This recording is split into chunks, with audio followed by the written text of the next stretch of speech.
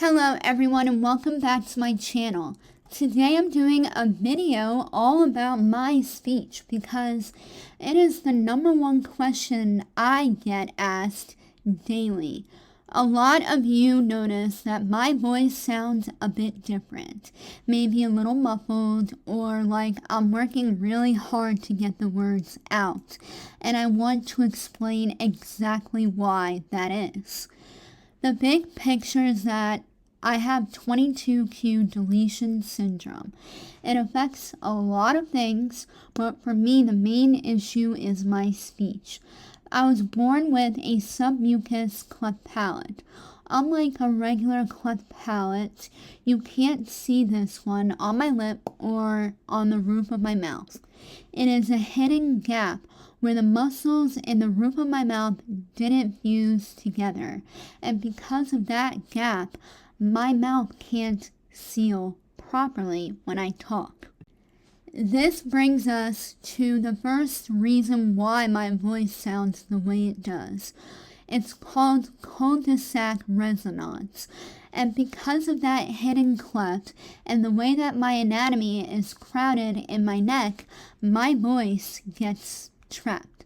Think of a cul-de-sac as a dead-end street, which it is, but instead it's my voice traveling forward and out of my mouth.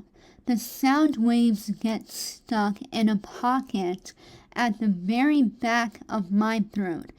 It is like I'm speaking into a jar, and the sound just bounces around in that dark space, and often gets muffled before it ever reaches.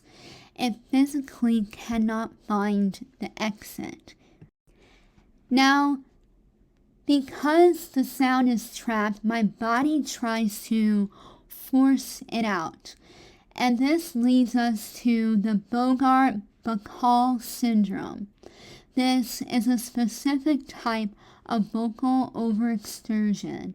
And to overcome the muffling, my brain forces my voice into a heavier pitch to try and create more push.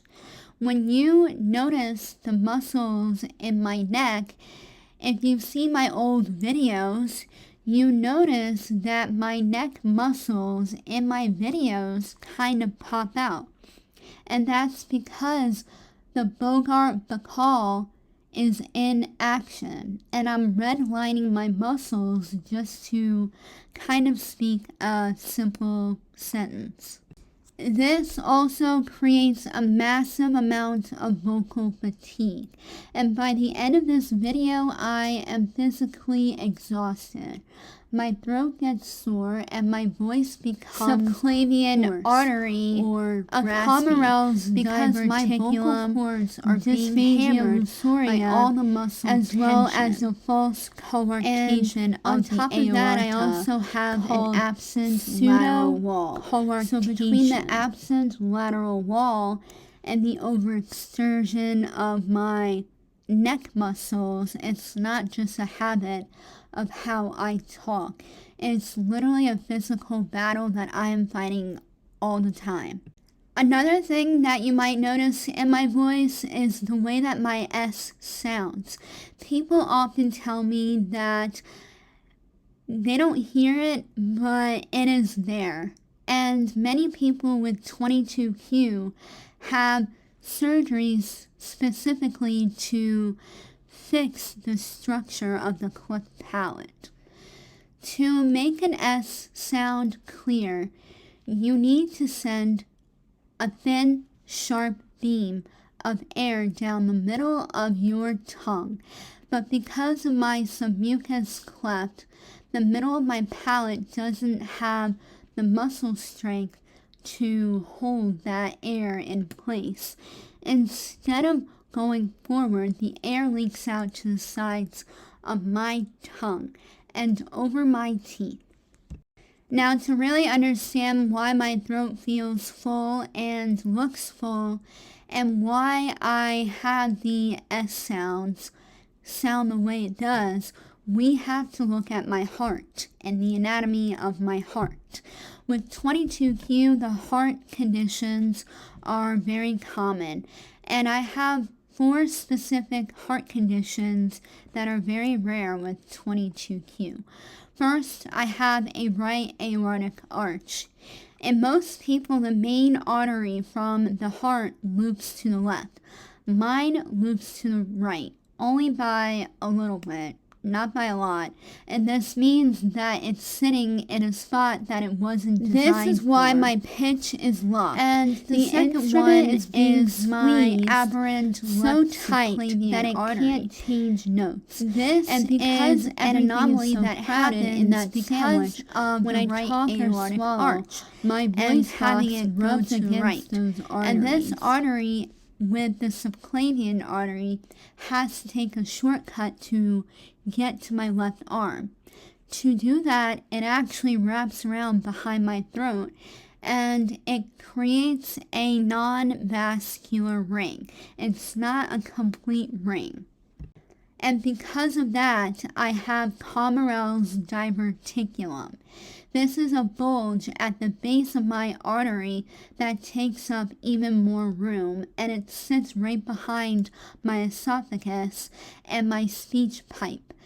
It is the main reason I feel like there is a sandwich in my throat to begin with, and this diverticulum is the back wall that my voice box constantly is bumping into. The 4th heart condition that I have is called a false coarctation of the aorta. So this is also known as a pseudocoarctation. This is what I was originally diagnosed with when I was younger. Basically, this means that my aorta is elongated and has a sharp kink or twist to it. Unlike a regular artery that stays out of the way, this kinked artery pushes even further into the space where my voice should be vibrating. It adds even more pressure to that cul-de-sac and makes it even harder for the sound to move forward. And I also have a clicking sensation after I eat food because this muscle is literally rubbing against my esophagus. A lot of you see me now and think that I'm just beginning this journey, but the truth is I've already tried to fix my speech so many times that it left a lot of scar tissue and made my surgeon more hesitant because he specialized a lot of the surgeries to kind of make it less dangerous. But in order for me to sound completely okay, he has to take multiple steps.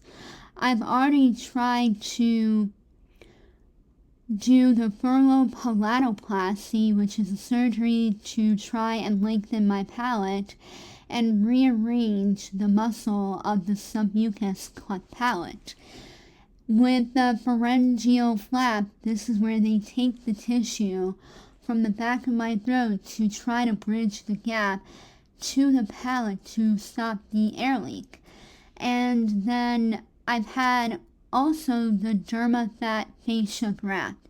This is an intense procedure where they take a graft from the stomach to add bulk to the throat and walls to kind of mimic as a seal. Lastly, I've had major structural changes to my face, including with my nose, to try to create better room and alignment for my breathing. I've also had an upper jaw surgery to also help with my class 3 malocclusion.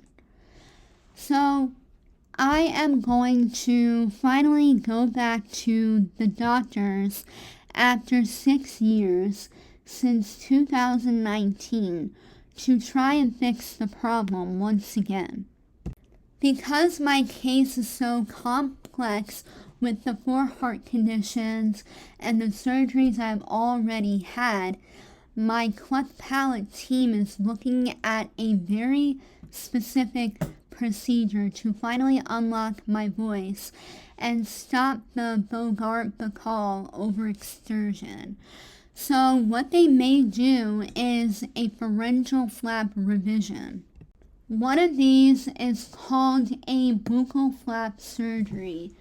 And this is a surgery where they take a small strip of tissue from the inside of my cheek and move it into my palate.